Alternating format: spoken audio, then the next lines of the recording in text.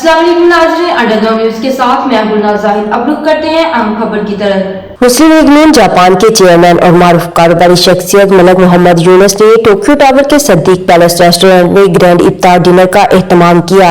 मारूफ कारोबारी सियासी और समाजी शख्सियत मुस्लिम लीग नून जापान के चेयरमैन मलक मोहम्मद यूनुस ने टोक्यो के मुकामी रेस्टोरेंट में ग्रैंड इफ्तार डिनर का एहतमाम किया, जिसके मेहमान खसूसी टोक्यो जापान में पाकिस्तानी सफीर रजा बशीर डार थे।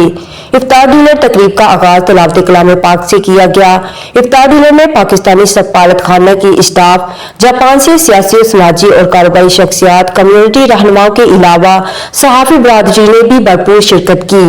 इफ्तार डिनर में सफारत खाने से community welfare attaché आशिज Lukman, press counsellor Mohammad Muqarrab, Pakistani ताजर Ansar Mahmood Bhatt, senior सहाफी Irfan Siddique और दीगर शामिल थे। अंडरग्राउंड न्यूज़ से फिल वक्त इतना ही। मजीद बाखबर रहने के लिए देखते रहिए अंडरग्राउंड न्यूज़।